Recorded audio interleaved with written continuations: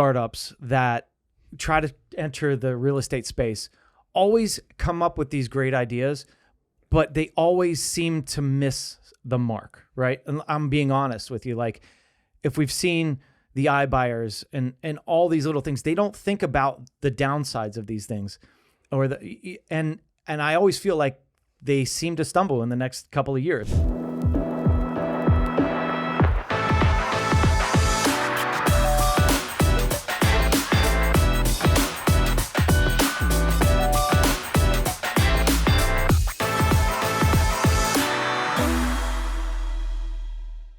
How's it going, everyone? Welcome back to another episode of the Shawn and Matt Show. My name is Matt, that is Shawn, and welcome to the show. Shawn, in today's episode, we're going to talk about how you can get a 2% mortgage rate when you buy a house. That's exciting, man. That's there super exciting. Might be strings attached, but how's that for a lead? 2% mortgage rate. That should get your attention. And then we're going to be talking about condo deconversion, condos selling for the big bucks. Imagine your condo is on a large piece of land where the land is worth a lot of money near a lot of area amenities. And what happens when the big developer comes knocking with the big checks? Maybe you want to sell out, and maybe that payout is more than your condo's value. So how can you get that big payout? We're going to talk about that. And then we're also going to get into in or out, whether Shawn battles in or out on 3 houses across the United States. Shawn, let's start with a brand new company called Rome.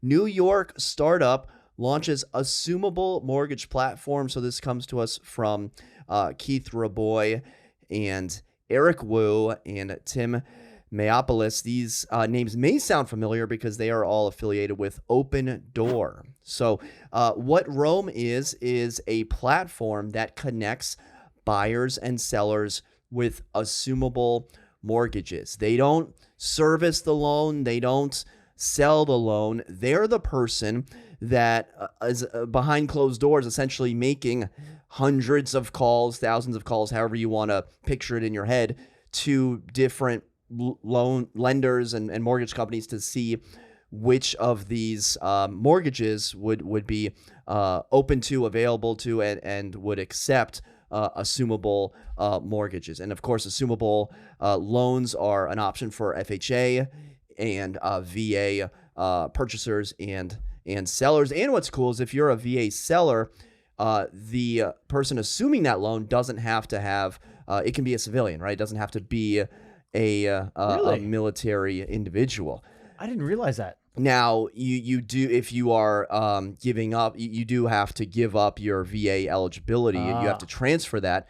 But, you're not necessarily waiting around for another person in the armed forces to come and buy your house. You can essentially sell it to someone not in the armed forces. That's important to remember. Okay, go ahead. Keep going. This is a startup that's backed by a lot of people in the fintech real estate space that has a lot of buzz. Right now, the product's available in 5 states: Georgia, Arizona, Colorado, Texas, Florida.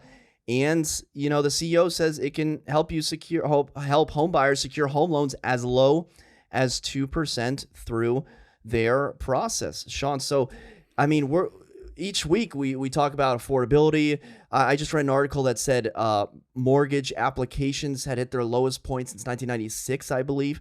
So everyone's trying to figure out, how can we make buying a freaking house easier and better and less expensive and less of a headache? And Rome thinks that they have a possible solution. Shawn, what are your thoughts on Rome's service? This is an ingenious idea, Matt, because truthfully, how many loans, how many clients have I had that had or did an assumable loan in the past 20 years? 0. I've never done an assumable loan. But there are a lot of assumable loans out there. Like you said, FHA and VA are eligible for assumption. And if you think about it, most of these people in the last 10 years, we have had sub 3%, sub 4% for a decade at least.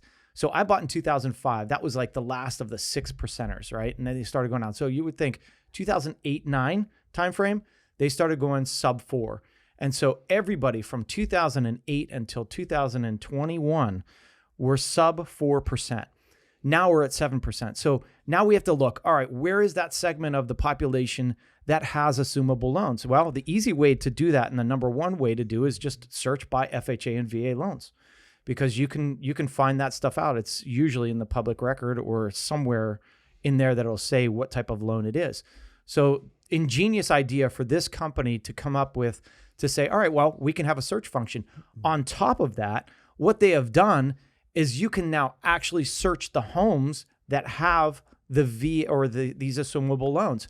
So it's like a Zillow search that you go on and you could say, oh, well, these are the homes that qualify. These are the assumable rates that are there, I'm assuming, right? And they can search for them. So you can find your house, say, all right, this is going to be at this percent. Awesome. What a great idea. So the biggest issue, if you're saying, oh, 2% rate, there's obviously a catch. Here's the catch. Yes. You need do you know what I'm going to say? No, I want to know. You need to come up for an assumable loan. You need to come up with the difference between the loan amount and the seller's equity.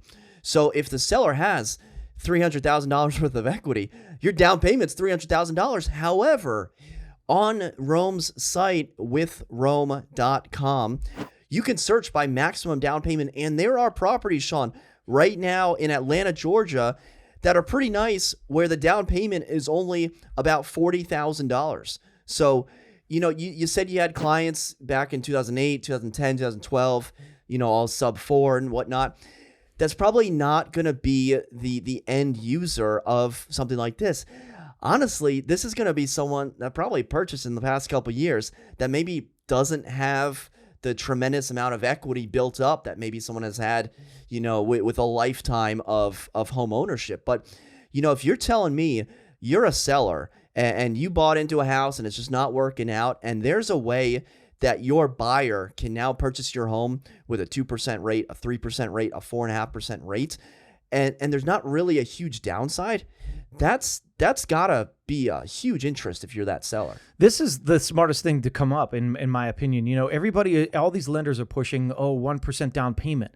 1% down payment doesn't mean anything. And like I said in those videos, we need to figure a way out how to get the interest rates down.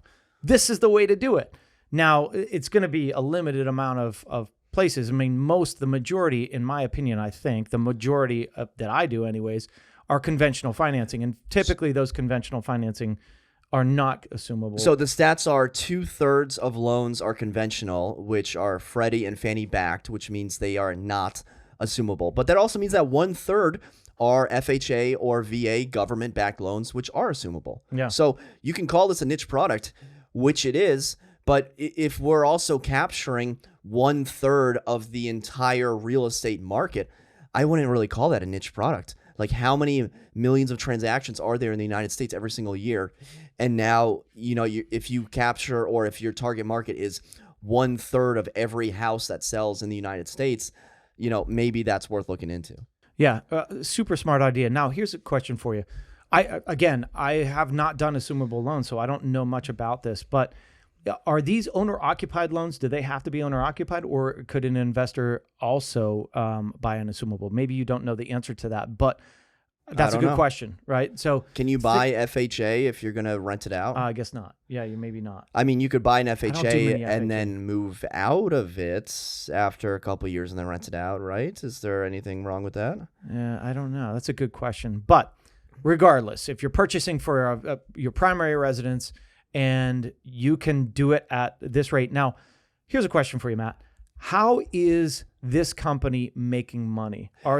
I don't know why I haven't said that. Yes. So they charge a 1% fee to the buyer of the of the total loan, maybe. So it's a 1% fee. That's not bad, so honestly. It's the seller can list it for free. The buyer can, I guess, use it for free. There's no other hidden. It's just 1%. Honestly, that's a really good deal. If you think about it, all right, so you buy a $500,000 house, they charge you a $5,000 fee for you to get a rate of 2.5%, 3%. They do all the work to get that assumability cohesive, right? So they will be the person that, makes that assumption a lot easier. So you're not the person trying to do that. They're the middleman that's going to help you do it. They're going to help you find the property. I think it's a great ingenious invention there, or whatever it is. Yeah. So I mean, you said this is really neat, and assumable loans are one of the least used, but potentially like coolest options out there. Yeah. But I do have some questions. So Shawn, you had mentioned earlier this is kind of like a Zillow filter. Yeah, it kind of is. Yeah. So why does there need to be this startup company with millions of dollars invested? Why can't this just be a little switch on Zillow that someone flips over the weekend, and now we can sort by this? It surely could be. Now, is every single FHA or VA assumable? I don't know that, but that could be a simple filter that one of these companies puts in. But here's the thing is, this company is also a facilitator from what I understand. So they will facilitate that assumption for you. So I don't know the process of doing an assumption. So if you are a lender or you've done this process before, please let us know. But I'm assuming there is some work to be done on that, and it's not an easy process. So that company would then facilitate that process for that 1% fee.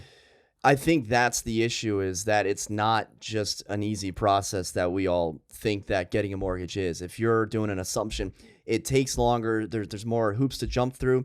You might have to get additional financing. If you can't cover the entire equity of the house, you might have to get a second loan, and then maybe the second loan is higher, and then maybe the original loan mortgage company doesn't allow second loans on the assumption. So I mean, maybe that's why Rome was invented, to come through and to solve all these problems. And so I guess my next question is, everyone knows about assumable loans, and everyone knows that they're an option.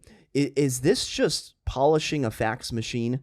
Are we just going back and dusting off a VCR and maybe adding like a VCR DVD combo? Like, are we just going back in time and trying to put lipstick on a pig? Because this is the same team that did Open Door. I don't know if Open Door is a success. Do you think Open Door is a success? They IPO'd at $11. It's now down to $3. They're down 65%. I don't know if the stock price is the end all be all of a company's success rate, but we're coming out with a startup company about assumable loans, the oldest, trick in the book, if you will. So what do we think that this product is even necessary? What's funny is these Silicon Valley startups that try to enter the real estate space always come up with these great ideas, but they always seem to miss the mark, right? And I'm being honest with you. Like, if we've seen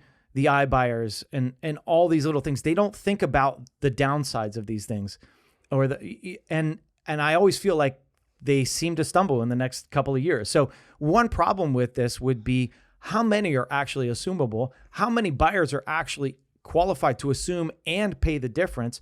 The thing is, like you were saying, there's a second mortgage that a lot of times would have to be taken, and you know what? They're not going to allow a second mortgage if that assumable loan would probably not allow it. Is Rome going to facilitate that? Are they going to hold a second loan, or is it even possible, right?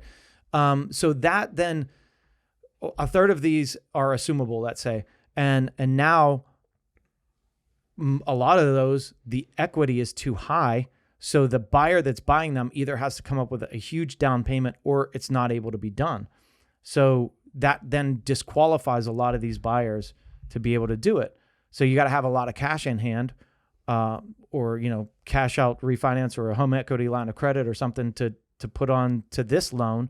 So it seems like there's a lot of work that has to be done, and a lot of buyers that would fall out because they just wouldn't qualify because they have to come up with a big down payment. Well, yeah, the reason people go FHA is because they don't have enough money to qualify, or their credit score is not that great. So you're doing FHA, you're putting down 3.5%. You do VA, you put down 0%. And so now, even though some of these houses you only have to put $40,000 down, that's still 10%, 15% of the property's value. So now we're asking VA, FHA purchasers to put down like 5 times the amount that they would have put down. Well, here's the thing is, even though these are VA or FHA, they could be conventional finance purchasers that are just saying, well, I'm going to go conventional, or I'm going to go FHA route.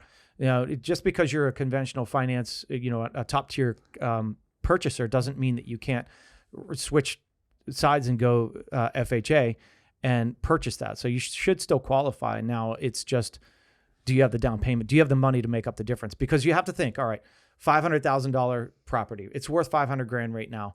That note is $250,000 assumable loan. Where's the other $250,000 coming from? That's what you have to think. So that is where a second mortgage would come in. But is a second mortgage allowed? Probably not. So now you have to come up with $250,000. A lot harder in that regard. Now, if you can find the ones that did FHA financing that put 3% down and the value didn't go crazy, then you have an option there. But as we've seen throughout the United States over the last couple of years, everybody's values jumped like crazy. We're starting to see them fall in some regions. I got to say, in our area, I'm not really seeing the big falls in prices. They have come down a little bit here and there. But, this is probably a niche market. I'll tell you what, the Rome interface that shows the monthly payment of $5,000 scratched out and then says $2,900 with the Rome rates of instead of 7.5%, 3%. That's pretty enticing. You look at the pretty picture of the house, you see a mortgage rate of half of what it usually should be, and I'm interested. That is actually awesome. It's showing you the rate that you're assuming, 3%, 2.875%, your monthly payment, $2,957. That's a big house, and the other one's $998 a month. Very good website, good display of information, and it's enticing.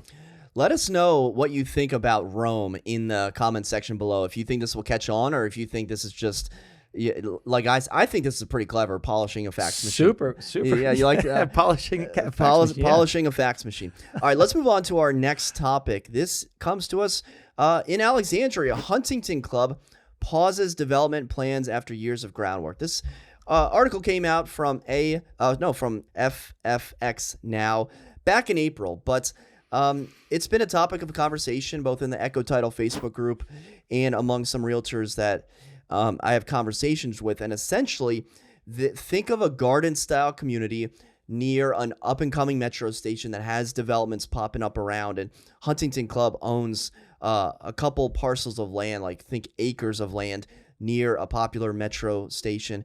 And they were thinking about doing an entire redevelopment. Think 1,500 units, apartments, condos, a park. And this was all transpiring over the past couple of years. And they were essentially going to disassociate themselves and then sell off to the developer. And in fact, over 80% of the residents voted on this. 87% of condo unit owners voted to terminate so that IDI Group could move forward with the 2 million square foot overhaul of the campus. Unfortunately, they had to pause the project because the community was so cash strapped that the county needed to step in by issuing $45 million worth of bonds to push redevelopment forward.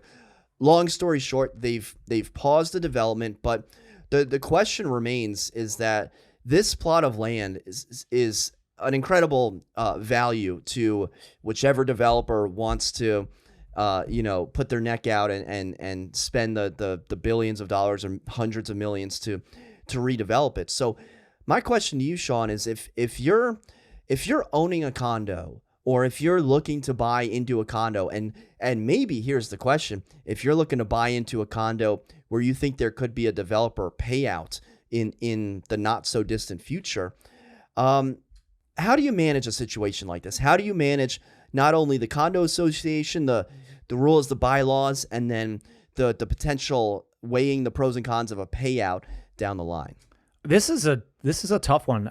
If you've ever read the bylaws of condo associations, there are votes that have to take place, and especially for something like this is a whole changing of the entire dynamic of this place. It's basically a tear down and rip it. So you have to get a super majority. You have to get everybody to vote on this, and you have to get the majority of those, the super majority of those, to vote yes to that, which is a very difficult thing to do, I believe.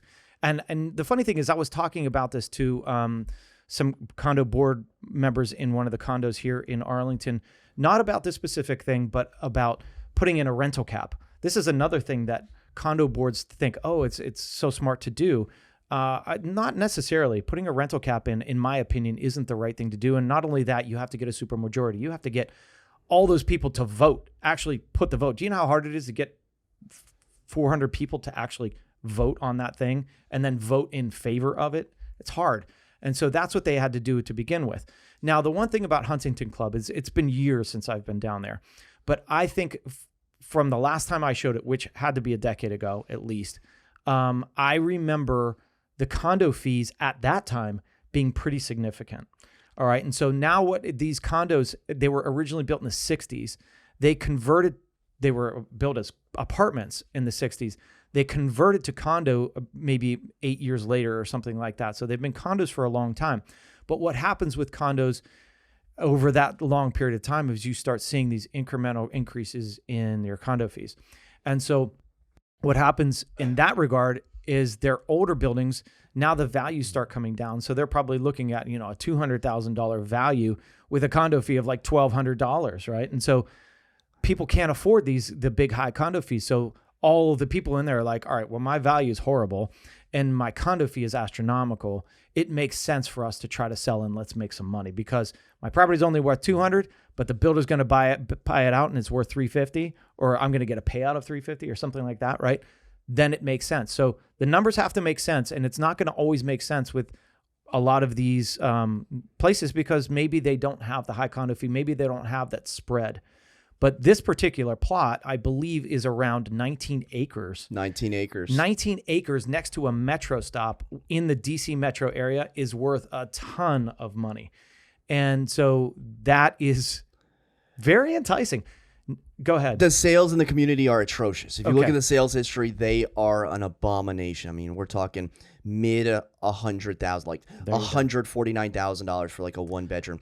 And you're literally right next to the metro. Yeah, and a lot of these were worth more in 2005 than they are now. So I looked at one sold for $255 in 2005, and now it's on the market or it's under contract for like $208. So it's just an abomination. And if it's a disaster. Like 19 acres, 300 and some odd units, and the plans were to put 200 stacked units, 1,300 multifamily, senior living, office space, hotel, ground floor retail. Pandemic, rising interest rates, economic concerns, you name it. But these communities that have the condo fees of $700, $800, $900 per month, and then their sales prices of $150,000, $160,000, $180,000. I want nothing to do with it. If you buy into this, by the way, not conventional. Of course, you can't get conventional financing. Right. No conventional lender is going to touch this thing. Another reason your value is dropping. You're only doing cash. You could do VA or FHA possibly, but essentially a lot of people are just buying these cash, and then you're trying to rent them out for like $1,500, and then. Well, people come to me and they're like, all right, well, I got $150K sitting in a CD or sitting in stocks. Maybe I can diversify. Why don't I just get a rental here?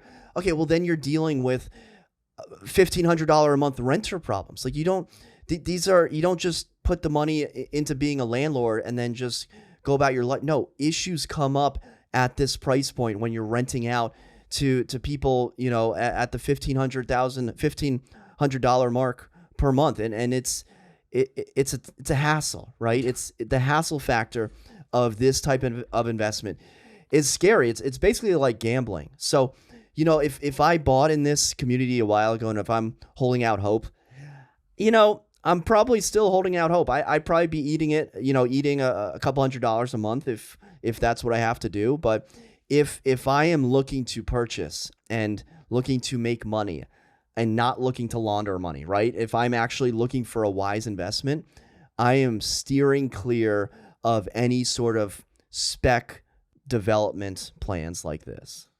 Yeah. The condo fees, like you were saying, renters for $1,500, but you got to think your condo fee and your taxes eat up all that profit. There's really very little slim margins on these, even if you're putting cash. And that goes up and down this line. I mean, like in this area, the prices are so high and the condo fees and taxes are so high that, renting and actually cash flowing are really hard. This could be, I think they were saying like this would be one of the first, if this actually passed, this would be one of the first to actually do this. That's how hard it is. I mean, but this could be a new trend where these condo associations are saying, well, the land is so valuable that let's do this. But I think there has to be a couple factors and you have to have a lot of people on board. Do you know how hard it is to get people to agree? Especially when you have a wide variety of people in there, from older people to younger people, first home, last home. Like, people just are really difficult to get to sell. Now, there were two options that you could have done. You could have just sold to the developer and taken your payout and run, or you could buy into the new community as tenants in common and hope that the value that you're getting, and this is the key, the value that you're purchasing or assuming right now for this new property will be less than what it'll actually sell in the market when they actually go for sale. So that's the key. If you can get in at the right time, and these people are sitting on the property right now and they're getting the incentive to say, all right, well, say the townhouse that they're going to build is worth $800,000. I can get you in for $650 right now. All right. That's what we believe market value is right now. That's what we're going to cut you into the deal with. And then hopefully when the project is done 2.5 years later, it's worth $800,000. That's what people are banking on that are staying. But unfortunately, the project is squashed because of these interest rates, and interest rates are killing everything. Not only that, the interest rates are stopping it, and the commercial property, the commercial properties are going down right now. And so both of those factors are stopping this project, which is really unfortunate because I would love to see something different there. I think it's a great use of land. If you could reconvert that area, it needs it. You know? I don't know how it got, so bad where values are so low and the condo fees are so high. But, even in Arlington, you see communities like Westmoreland Terrace, Roslyn Heights. Colonial Village got slapped with the historical designation, so I don't think much can happen there. Interesting. I didn't know that. Yeah. Well, what are you going to do with Colonial? I mean, they got the sign that says historical district. You can't just tear down like the first FHA housing ever. Yeah, but if you guys would see where Arlington Heights, all these condos are located. Roslyn Heights, right across from the Iwo Jima Memorial. Right across from the Iwo Jima. Insane location. It's insane location, and these things go for $200,000 and some thousand bucks, right? They're small condos. So, like, if you can actually get that land is worth so much money. The courtyard of Roslyn Heights is larger than, like, the footprint of, like, the 4 or 6 buildings. So true. So true. So it's acres, again, of land right across from the Iwo Jima. But, you're not going to build... There's not going to be a high... Well, there could be, like, townhomes. Like, some of the nicest townhomes in Arlington are right there. $2 million a piece. Yeah. And that brings us another point. There's another building called River Place that sits on how many acres, right? The weird thing about River Place is that it is a co-op, and this co-op doesn't own the land that it sits on. Really unfortunate for those people because that value is humongous. That's probably the most valuable thing of land. Do you think sitting there. River Place condos are going to be $10,000 like 5 years before the land lease expires? Yeah, because they're just... Do you really? Yeah, they're just going to keep dropping because, I mean, right now you can get it. It's up in 2052, so you still got 30 years left. No, not even anymore. No, less than 30 You got years. less than 30 years, so no one's giving you a loan, or very few. But the values are so low. But at the end of that, they're going to be worth nothing, probably. So there's risks. There's always risks in buying in anything. Any property that you're going to buy, there's always going to be risks. And, HOAs and condos, they can rule your life. They can say yes or no. You can't do this. You can do this. So make sure that you understand those rules and regulations before you sign on that dotted line. All right, let's move on. Let's move on to in or out, whether Shawn battles in or out on 3 houses across the United States. Shawn, I know you love Florida, so let's start there with a colossal estate, 17,000 square feet in Florida for $5.5 million, 9 bedrooms, 11 bathrooms. Lake Meadow Manor, a one-of-a-kind custom-designed compound and recently featured on TV. This is the same architect that is known for the Epcot, the Palm in Dubai, and many others. Originally created for the billionaire founders of Publisher Clearinghouse. What does Publisher Clearinghouse even do? They just come to your house with a big check. Hey, you won. How did they but make we take money? half. And that brings up another thing. Can I just say something real quick? I was reading an article, the Publishers Clearinghouse, where that's, you won the sweepstakes, but how much are they making? But the thing is, I was reading the thing about the guy that won the $2 billion lottery, right? The guy's blowing his money like crazy. Just bought its 3rd house. He bought his 3rd house for like 50. Like, he's already spent 10% of his money. But here's the thing that drove me crazy. $2 billion payout. What was the cash value of that? Probably like a billion. $639,000. Who got the 1.3 billion dollars? 639 million. 639 million. The IRS. The IRS. The government always wins the lottery. Billion. Like you should say that. Like that is crazy. The IRS wins every time, and the fact that they're getting 1.3 billion dollars on that, because they're not only getting the tax dollars of that, they're taxing the guy that actually won too. So it's like, anyways, I digress. Go ahead. All right, Shawn and taxes. All right, here we go. $5.5 million estate, 17,000 square feet, 11 acres. Not sure where Longwood, Florida is, but you know, sort of an interesting architectural features. Oh, you got the bookshelves and the wraparound balcony up there. Shawn, are you in or out? You might have to do some updating, but are you in or out on the 17,000 square foot house in Florida? Land is pretty cool. Let me show you a map of the property. So you got the tennis court, you got the fish stocked private lake. It's stocked with fish, Shawn. Okay. You got the pool and the guest house. You got the gazebo. You got the playground. You got the 8-car garage, because I know, if you ever wanted 7 or 8 cars, you got to have a place for that. You got parking. You got the private patio. I love this map, and of course the staff quarters. It's a great map. Great map. Are you in or out? 5.5. Matt, $5.5 million seems like a good value for. What's the price per square foot on that? That's probably pretty good. 17,000 square feet. Yeah, I have to think about this, Matt, because I was thinking, my first initial thought was, man, that's a humongous house. Do I need a humongous house like that? 17,000 square feet. No, I don't. Do you need 11 bathrooms? I don't need 11 bathrooms. Your family only uses one. No, I just feel like it's just too big. I feel like it's too big.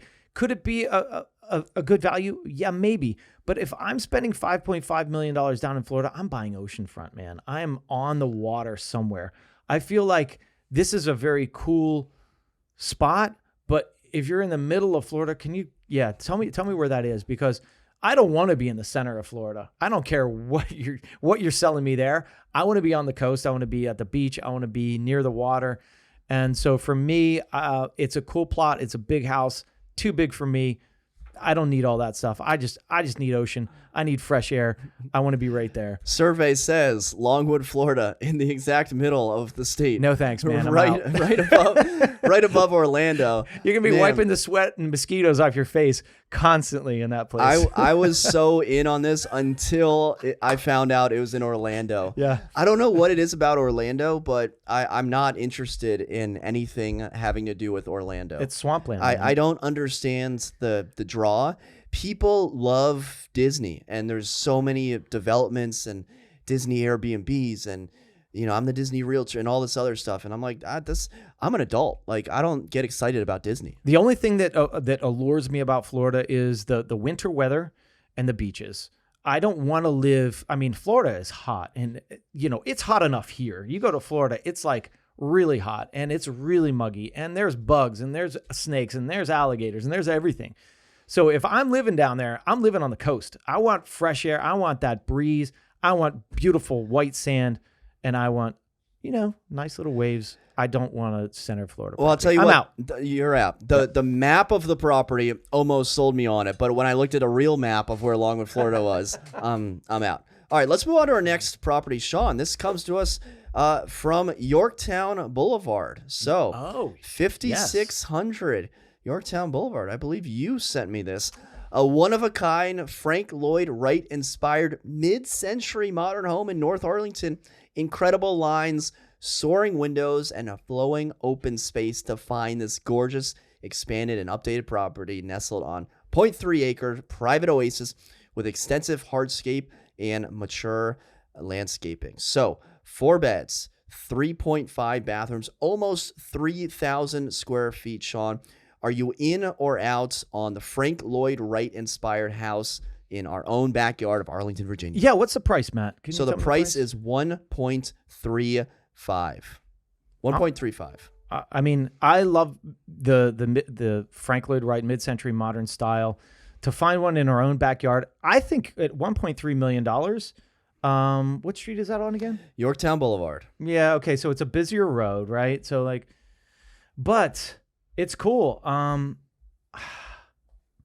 think I'm gonna buy it, Matt. You're gonna buy it? Yeah, I'm gonna buy it. I think it's 1.3 seems like a pretty decent value for that. I'd have to see the exact location to be like gung-ho about it, but I think it's pretty cool. And I love the mid-century modern style, even though I've had a home like that already. Still love it. It's unique. I'm buying it. Let me ask a follow-up question. What are your thoughts on the sunken tub? So tubs that are sunk into the floor. It's a little bit different. I'm not a fan. Not a fan. No, Okay. I don't think a fan. So he's out. So you're in on the house, out on the tub. Yep. So I'm trying to wonder what about this house is Frank Lloyd right? Maybe just the porte cochere right here. Maybe just the outside. Because when you get inside, this looks like a house to me. All right, it's got a skylight. Does that make the kitchen ain't great. Does that make it like, mid-century modern as a skylight? All right, it's got some large windows. What it doesn't show is the location. Now, you were wondering where on Yorktown. I looked at where it was. Oh, this is right on Yorktown Boulevard. If you're in Arlington and your street name is like a boulevard or a drive or, I don't know, maybe another word that's not street or road, you got to be careful because I'm not into the traffic. You're right between Yorktown. You're right between Tuckahoe. By the way, W&L, undefeated in football, playing against their rival Yorktown, undefeated in football tonight, 7 p.m. Are you going? Yorktown. I want to, but I got a million other You know, things we've been to go. talking about taking the kids to that to see. I'm also a 33-year-old. Should I be going to a high school football game? Yes, you should. That's your alma mater. But like, when is it weird for someone to go to their high school football game? Hey, you know what? TJ, Pittsburgh, hey, we're all going. We're still going. This is support of the community, baby. Let's do it. All right, so I'm going. when I lived in Ballston, I was renting a house. I was 23 years old going to the high school football game. Is that weird? That might be a little weird. That's what I'm saying. It's a little weird. Now you're old enough where you're just depending on your age, Yeah. it's like you want to be the 23-year-old hanging at the high school football game. No. But like 33, okay. But it's almost like a class reunion because you're going to see some of the old people there. You're going to be like, oh, so you know what?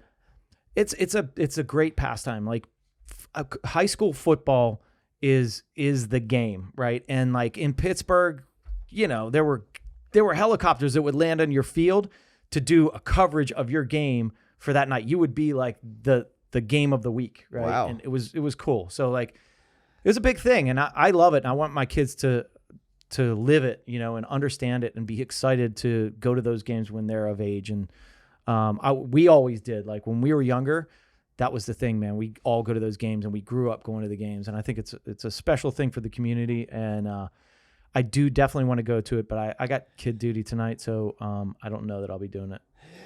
Go Generals. I am out on the house. Also, Yorktown Boulevard, it's like the rivalry, but the location, not ideal. Yeah. Great presentation on the photos, the listing description, and hiding the fact that it is right on Yorktown Boulevard. Yeah, that's the one thing is you can't tell what street it's on. You don't even know it's on a main street. So I would probably be out for that reason, but it's a cool house. Final property is in Maryland, Lutherville, Timonium. I never know how to say that word. Timonium. Okay, it's probably not it. 8 Bailiffs Court, unit number 102. This is a 2-bed, 2-bath condo for $250,000. Shawn, you might be wondering, why am I showing you this random garden-style condo for $250,000? Well, it looks just like your normal condo until you get to the master suite where some renovations have been done.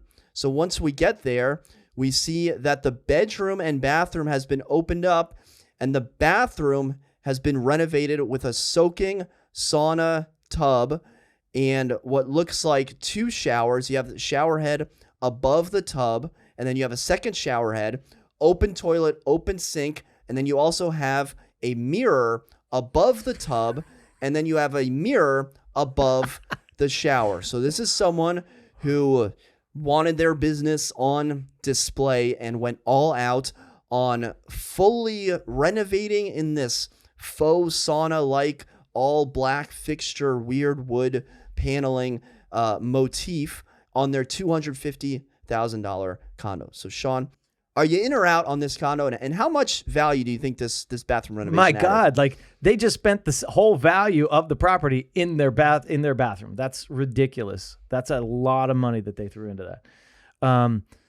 Why would you do this? This can be yours for only $250,000. This is insanity. It's what it is. I would love a mirror above my tub. Wait, you Because don't I'm always already have one above your tub? I mean, yeah, you should see Matt's. Matt's is insane. I haven't used my tub in like 3 years Yeah. because it's just been broken. I've never used my tub. So, Matt, this is horrible. I'm out. Absolutely out. I wouldn't buy the condo to begin with, and this makes it even worse. I like that. I wouldn't buy the condo to begin with.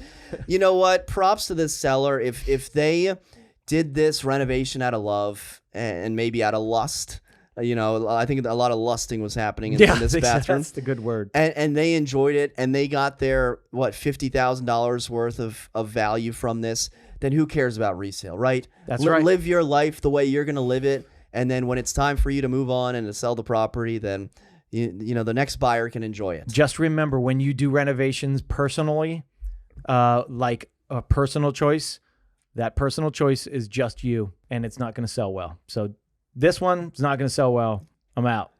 Where is that located? I don't know how to say it. Maryland. Okay. Maryland. It's like not too 30 far minutes away. All right. Let's go see that. Let's make a pilgrimage. Yeah, it's outside of Baltimore. So, all right. I mean, we could if you wanted Crazy. to, but I'm out. All right, well, let us know if you're in or out in the comment section below. And for Shawn and myself, thank you so much for watching. Until next time, we'll see you then. Take care.